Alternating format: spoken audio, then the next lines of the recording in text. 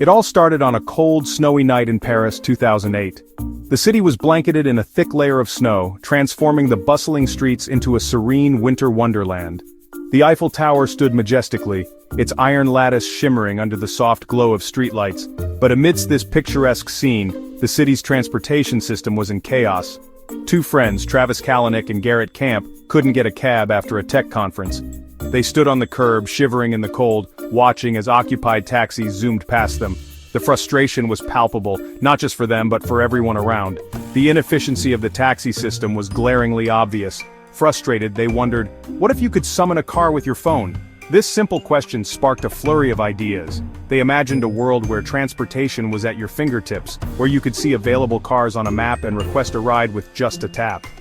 That simple idea sparked the birth of a multi-billion-dollar company. They envisioned a service that was not only convenient but also reliable and efficient. A service that could revolutionize urban transportation and make getting around cities easier for everyone. Garrett Camp, fresh off selling StumbleUpon, became obsessed.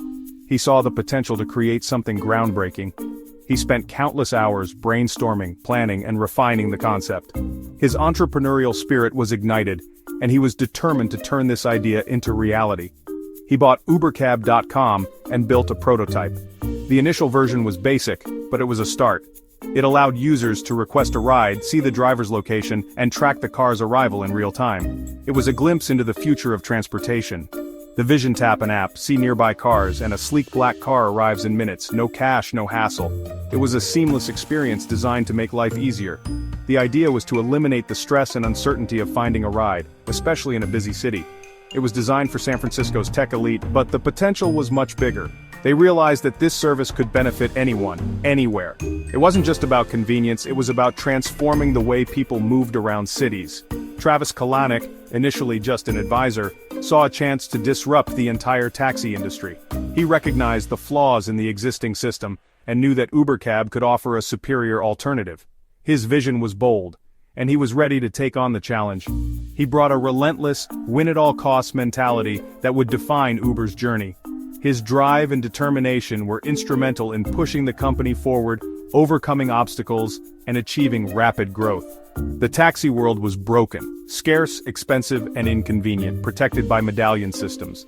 These systems created barriers to entry and limited competition, resulting in poor service for customers. Ubercab aimed to break down these barriers and offer a better solution. Ubercab wasn't just a new app, it was a direct attack on this outdated system. It challenged the status quo and promised a more efficient, customer-friendly alternative. It was a bold move that would change the landscape of urban transportation. It promised a better, more reliable way to move around cities. Passengers could enjoy a comfortable ride without the hassle of hailing a cab or dealing with cash payments. It was a game-changer for urban mobility. The idea was simple, but the ambition was massive. They weren't just creating a new service, they were building a movement that would redefine transportation and set new standards for the industry. That snowy night in Paris changed urban transportation forever. It was the beginning of a journey that would lead to the creation of one of the most influential companies in the world. A journey that started with a simple idea and grew into a global phenomenon. In 2010, a bold new idea took root in San Francisco. Ubercab launched in a city famous for its steep hills, iconic cable cars, and perhaps most of all, its infamously unreliable taxi service. For years, San Franciscans endured long waits, rude drivers, and a shortage of cabs, especially on rainy nights or during big events. Ubercab started small, almost like a secret club. Just a handful of sleek black town cars catering to tech insiders and early adopters who were always searching for the next big thing. The real magic was in the app. For the first time you could see your ride approaching in real time thanks to GPS. No more guessing if your car was actually on its way. Forget calling dispatch or fumbling for cash. With just a tap, your ride was booked, your payment was automatic, and a digital receipt landed in your inbox. Word spread like wildfire among the city's tech-savvy crowd. In coffee shops and at networking events, people buzzed about this new way to get around. But not everyone was thrilled. The taxi industry, already struggling, saw Ubercab as a direct threat and quickly organized protests, calling the service illegal and unfair. Within just a few months, city officials issued a cease and desist order, demanding Uber Cab shut down or face legal consequences. Travis Kalanick, Uber's co-founder, responded with a bold move. He dropped Cab from the name, rebranding as simply Uber, and argued that the company was a technology platform, not a taxi service. This set the tone for Uber's strategy going forward: launch first, deal with regulations later, and always stay one step ahead of the law. Uber called this approach principled confrontation. They built a loyal user base who loved the convenience, then used that support to pressure politicians and regulators to adapt. The gamble paid off.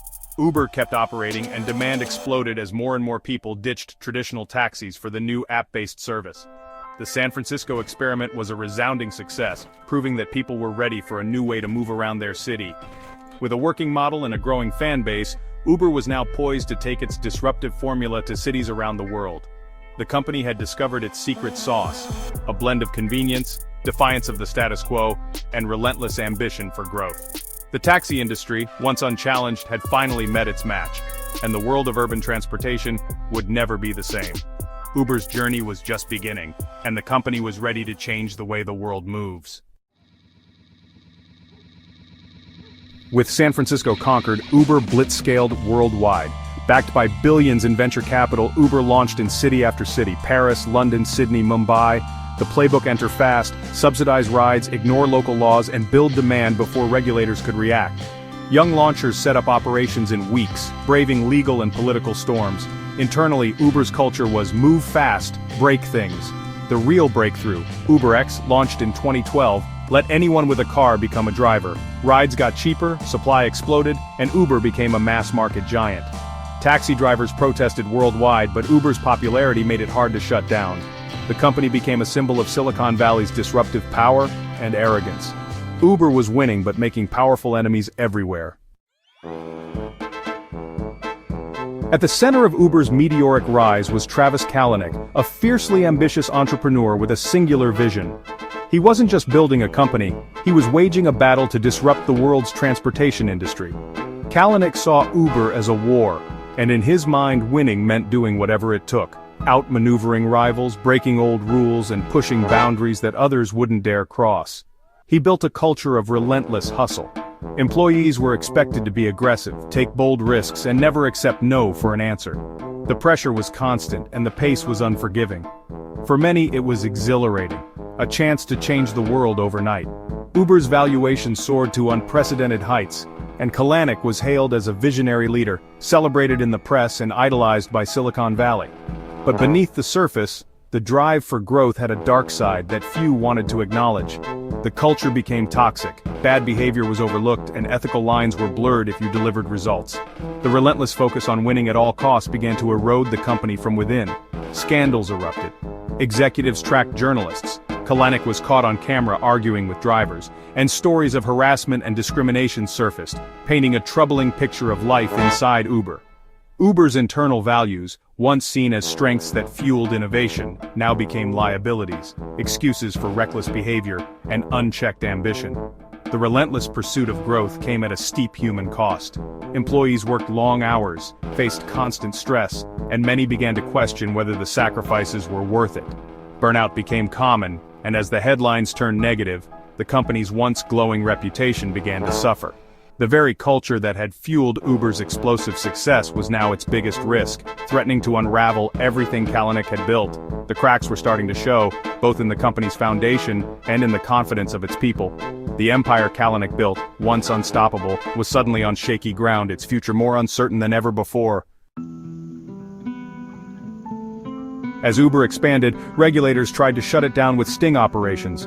Uber's answer: Greyball, secret software that identified and blocked officials from hailing rides.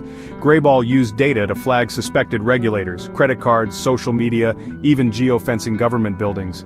Flagged users saw fake maps or no cars at all. This let Uber operate in cities where it was banned, outsmarting authorities. Uber justified Greyball as self-defense against unfair laws. But when the New York Times exposed Greyball in 2017, public outrage erupted. The scandal triggered investigations and forced Uber to promise to stop. Greyball became a symbol of Uber's willingness to cross the line. Nowhere was Uber's ambition bigger or costlier than in China. Kalanick poured billions into beating local rival Didi, seeing China as the ultimate prize. Both companies burned cash in a subsidy war, making rides nearly free.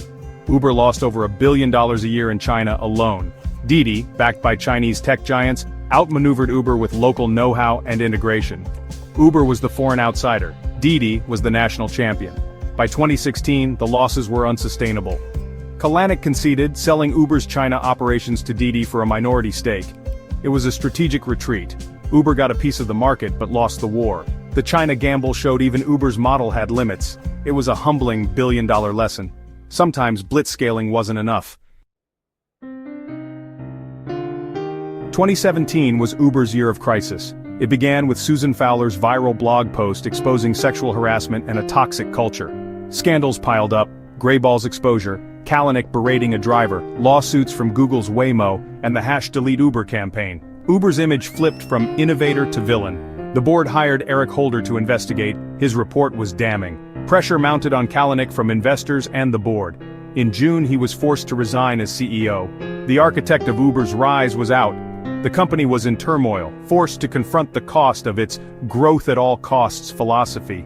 The empire had lost its king. Uber's future was uncertain. The reckoning had arrived. Uber's biggest impact? Redefining work itself. Uber didn't invent the gig economy, but it made it global.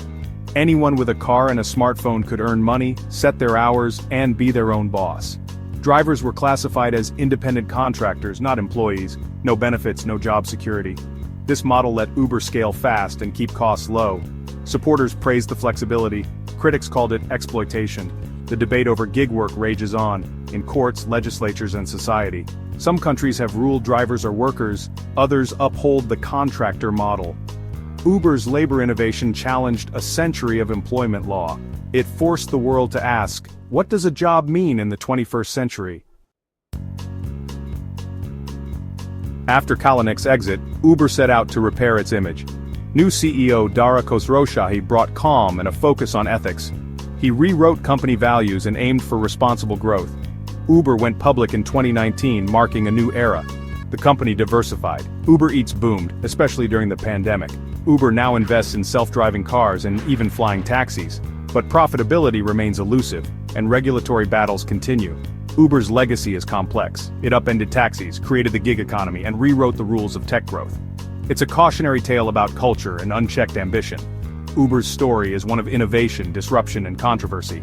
Its impact will be felt for decades. The company is no longer a rogue upstart, but its journey is far from over. The world of work and transportation will never be the same.